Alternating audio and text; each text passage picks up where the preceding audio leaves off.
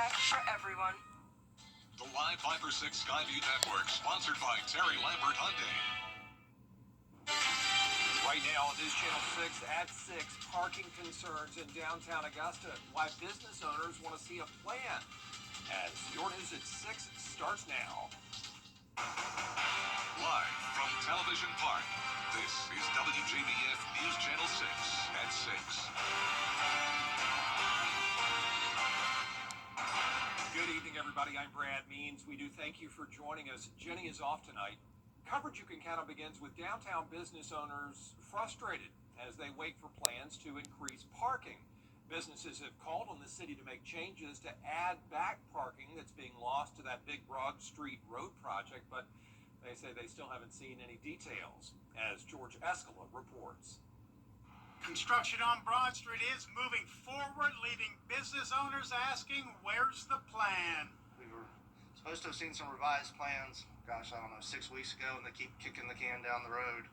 So yeah, I'd say we're all pretty frustrated. Commissioners, after hearing business complaints, directed city engineers to work with contractors to add back parking lost to the construction after not accepting the initial plan. We need parking, and there's been some plans coming before us, and we have rejected some of the plans.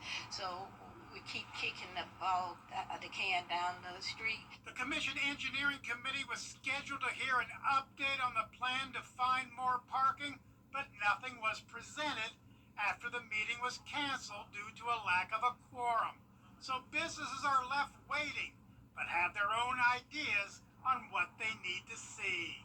We want to see a good parking management plan, and we want to see these bike lanes eliminated so we have the proper parking downtown from 13th Street, as far down to Old Town as we can. But as work goes forward on Broad Street, business owners feel they're losing time to get more parking into the plan. It kind of seems like that's what's happening right now. So yeah, we're really trying to stay in touch with the city, and the cooperation just hadn't been there as of yet. But the full commission is expected to hear a parking update at their meeting next week. In Augusta, George Escala, WJBF, News Channel 6. It is time now for a first check of the weather. Jenna's back with us now, checking out a beautiful day and hopefully a beautiful rest of the work week. Yeah, things have just been fantastic so far, and you can see now on our Terry Lambert Hyundai Skyview cam that we have abundant sunshine, a light breeze out of the northeast, and look at our almanac for today. We started out 12 degrees below normal, 55. That's our typical average low in mid-October. Our high today was only 84. That's 5 degrees below average as well. Around the CSRA, we're currently in those low to mid-80s, 80 in Thompson, 82 in Barnwell, Millen and Sylvania, you're a little bit warmer at 84, but then cooler in Sparta, only at 78 this evening. Relative humidity is around 40%. We have this dry air mass thanks to high pressure and control, bringing us that northeast breeze. 10-mile-per-hour winds in Aiken and Augusta, 11 in Edgefield. You can see for the rest of your Wednesday evening, we'll drop to the mid-70s by 8 p.m., 70 by 9 o'clock, and I am expecting some upper 50s again when you're headed out the door Thursday morning. Just a little bit warmer, highs up to 87. Eventually our lows at the 60-degree mark, and the sunshine is not going anywhere. I'll have more details on your forecast coming up, but back to you, Brad. My goodness, looks good, Jenna. Thank you. 3 South Carolina troopers have been hit on the job in recent weeks, 2 of them in just a matter of days. Now the Highway Patrol is reminding drivers about the Move Over law. It's been in place in the Palmetto State since 1996. Drivers, you have to shift lanes or slow down when you see those flashing lights. This protects troopers, first responders, utility crews, stranded motorists. It could be you. Troopers work by themselves a lot of times. It's dangerous out there. Obviously, we could write a warning, but we can also write a ticket if we feel like, that's what's needed. It's a $300 to $500 fine. It's a misdemeanor. It's not a points violation. We don't want to have to write somebody a ticket like that if we don't have to. Troopers also teach teenagers how to safely handle traffic stops, and they say, moms, dads, caregivers, y'all please remind your kids, those young drivers, about this law. Investigators in Richmond County searching for suspects in a deadly shooting. Investigators in Richmond County searching for suspects in a deadly shooting. Zyshawn Franklin, Traquan Allen, and Dwayne Robinson all shot on Riverfront Drive back in May. Franklin was killed in that shooting. The 2 other victims survived. The Richmond County Sheriff's Office offering $5,000 for any information that leads to an arrest. The FBI and Columbia County deputies raiding a home in Westlake this morning. The raid also out of Richmond County, 2 people in jail after deputies say they seized more than 5 pounds of fentanyl. That is a lot. Tyreekez McFadden accused of running the operation. Nichelle Lessie charged with trafficking. Deputies made the arrest after a year-long investigation at a home on Redoubt Circle off Glen Hills Drive. The sheriff says they seized enough fentanyl to endanger every man, woman, and child in Richmond County several times over. They also say they found heroin, marijuana, money, and guns. A terrifying false alarm at the University of South Carolina now linked would have brought tiny homes to Aiken, suffering a setback. Aiken City Council members rejecting an ordinance to bring tiny homes to Dykes Road. They would have had a village there, so what's next? There's no one silver bullet. So certainly I believe it can be part of a solution, but I think just getting broad community consensus on an issue on an issue such as homelessness or the unsheltered is going to be where it needs to go. Aiken County Homeless Housing trying to come up with a new plan now. A long-running after-school program in Columbia County is going to shut down for now. The Dream Academy, free after-school program for families who may not be able to afford other options. The program, run by Columbia County Community Connections, has been suspended for a while because of federal budget cuts. They're waiting to find more money to keep it going.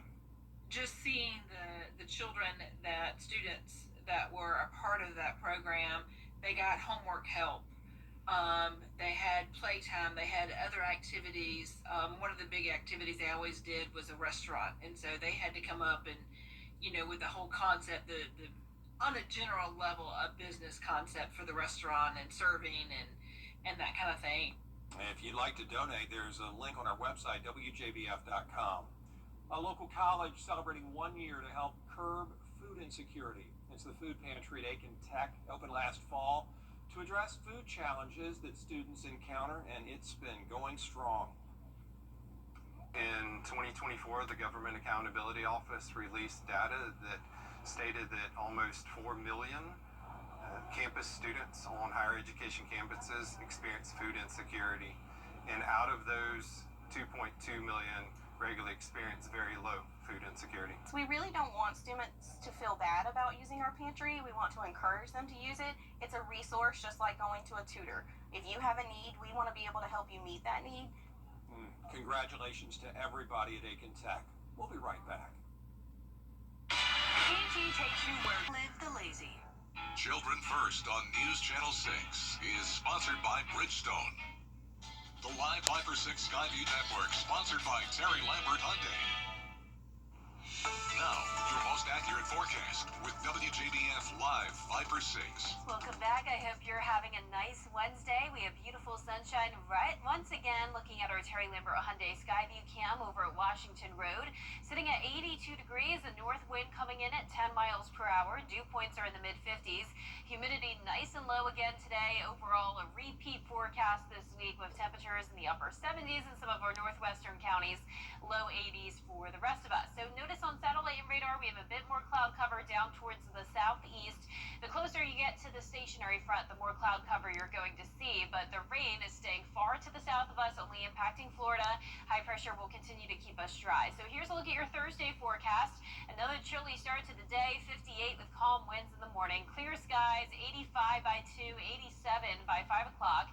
So notice the high temperatures will be at 87 over the next 3 days. Then they're going to increase to the low 90s early next week. So it'll start to feel hot again, but then notice we go right back down to the upper 80s by the middle of next week. Now, low temperatures are following a similar trend, just staying further below average, around 60 for the most part, then up to 65 next Tuesday and Wednesday, with no rain expected over the next 7 days to come. We've only picked up around 1/10 of an inch so far at Augusta Busch Field, and you can see on our futurecast tonight, things are staying the same. Just a few passing clouds, winds out of the north northeast, and the stationary front continues to bring that rain down towards the Sunshine State. But here in Georgia and South Carolina, we are super quiet going into the end of the week. Now, the tropics are relatively quiet as well, especially considering today, September 10th, is the peak of hurricane season. And we do have an update, though. We have a wave that's expected to emerge off the coast of Africa. This just came into the forecast today, 20% chance of development. It's still very early out, and I'm not seeing any signs of anything for us to be concerned about right now, but I will say the water down in the Gulf is very warm. It's actually the warmest it's ever been right now, so it's definitely possible that we could start to see more development. Of course, we're at that time of the year, but the next named storm would be Gabrielle. We still have not had that many storms so far this year. Now, our low temperatures tonight will be in the upper 50s for the most part. Highs tomorrow are going to be in the upper 80s, and the 10-day forecast is showing sunshine now through the weekend. Early next week will be a little bit hotter, but then we're falling back into the mid to upper 80s eventually, with just a slight chance of rain going into next weekend. Now, congratulations to today's umbrella winner. That is Helen Myers from Graniteville. Helen, you can pick up your Viper 6 umbrella here at the station and sign up to win yours on WJBF.com. All right, Jenna, thanks. We appreciate it.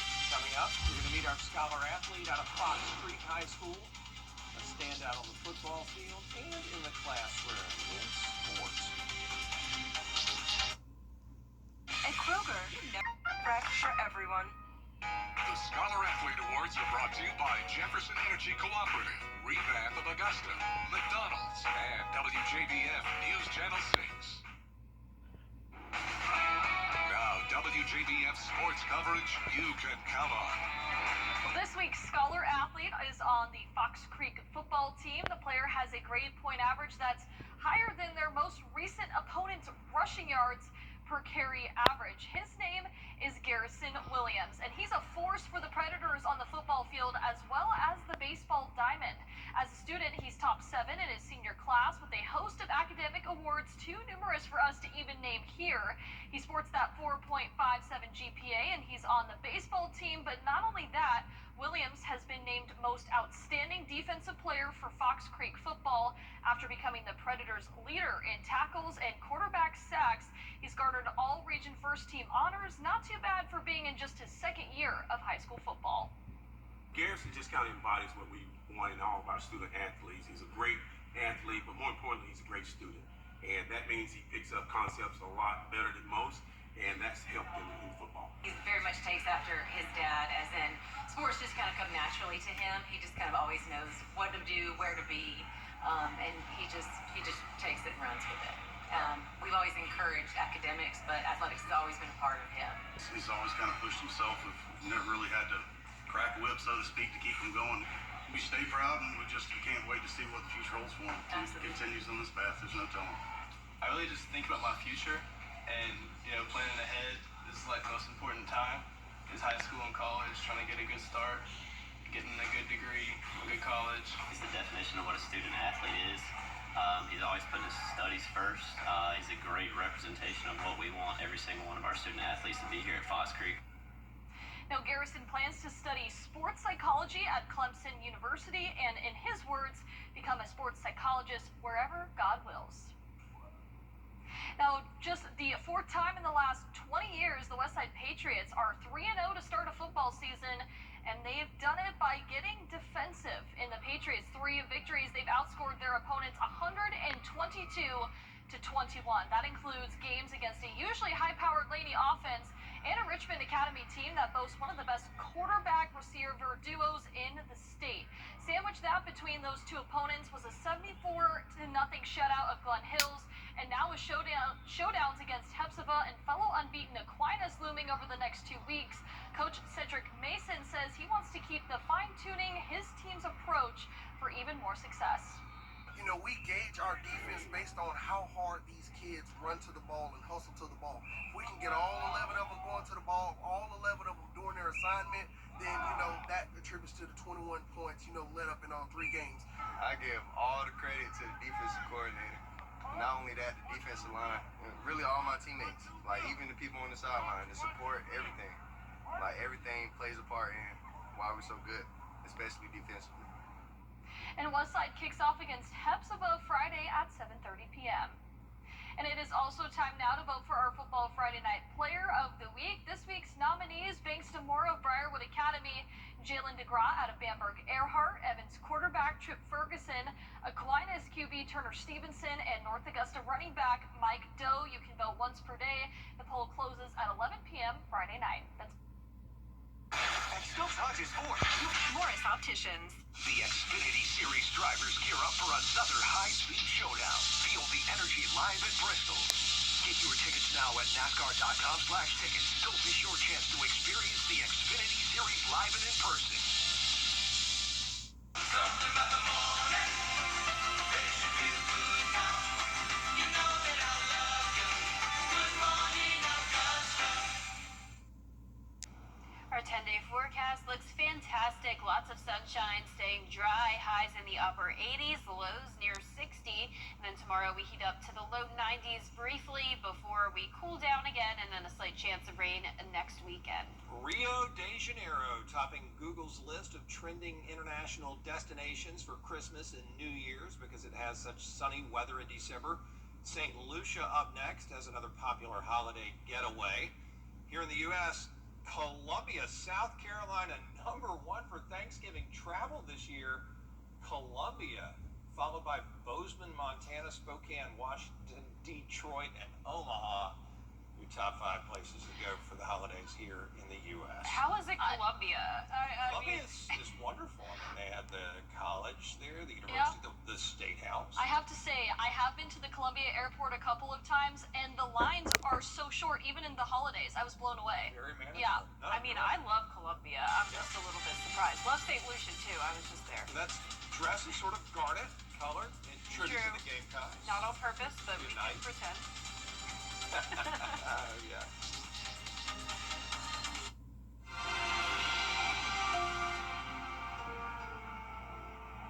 We express our sincere